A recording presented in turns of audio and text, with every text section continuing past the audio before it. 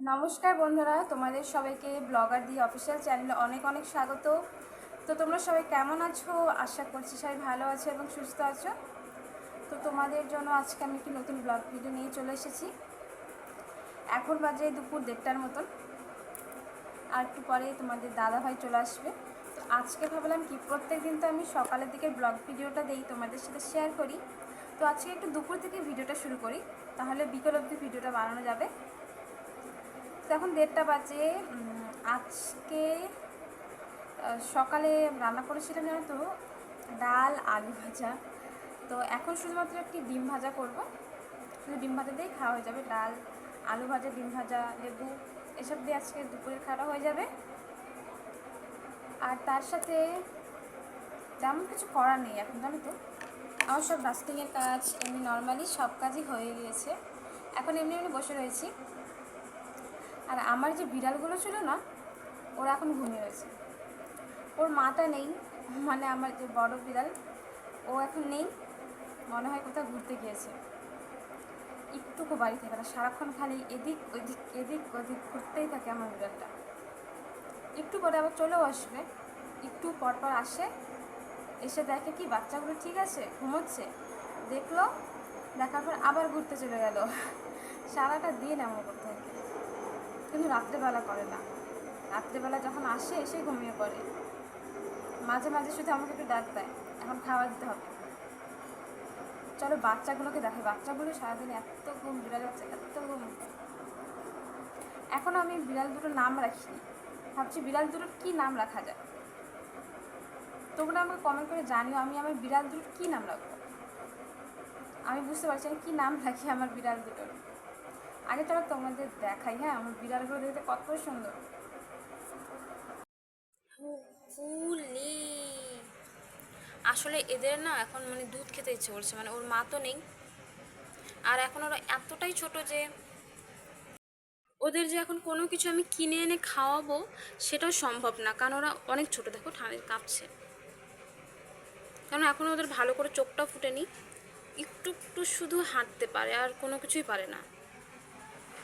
এই ঘুমিয়ে রয়েছে। আর একটু বড় হলে, মানে মিনিমাম যদি 1 মাস চলে যায়, তাহলে এরা মানে আমি কোনো কিছু এনে এদের খাওয়াতে পারবো। এখন খাওয়ানো সম্ভব না। ওর মা যে কোথায় গিয়েছে, কখন আসবে। এই কাঁপে কেন, কাঁপে কেন?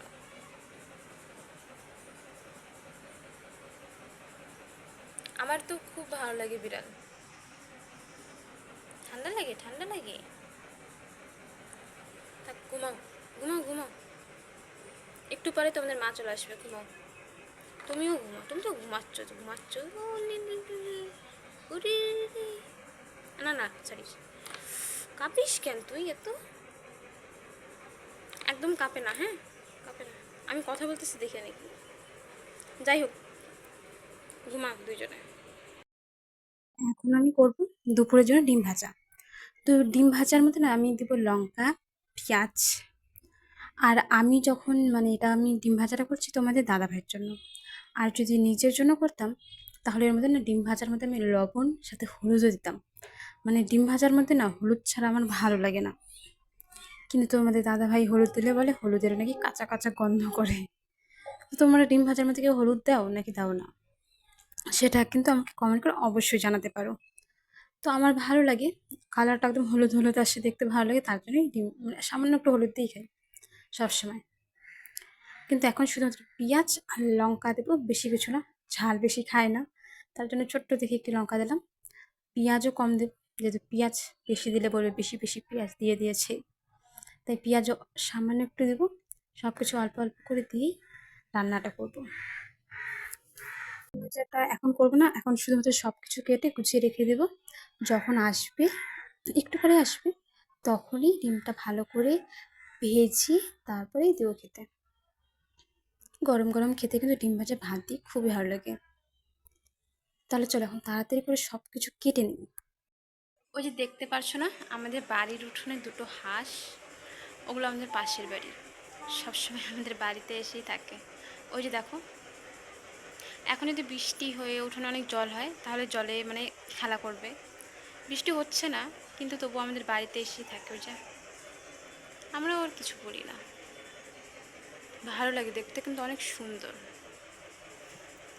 কিন্তু আমাদের বিড়ালটা কোথায় গেছে, কথা হলো ওটা।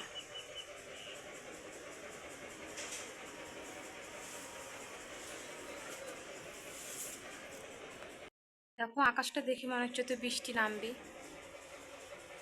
একদম মেঘলা মেঘলা হয়ে রয়েছে আকাশটা। কত পাখি যাচ্ছে এদিক দিয়ে, এদিকে এই পাখি কাক, যখন তখন বৃষ্টি নামতে পারে, ঠিক এরকম একটা অবস্থা হয়ে রয়েছে এখন। আর এখানে তো বলাই রয়েছে আগে থেকে, এখন প্রত্যেক দিনই বৃষ্টি হবে বৃষ্টি হবে আমাদের এখানে। তার জন্য এই জন্য জানো তো বেশি ভয় আর জামা কাপড় ধুতে পারছি না। শুধুমাত্র 2-1টা জামা কাপড় ধুচ্ছি, বেশি জামা কাপড় ধুচ্ছি না।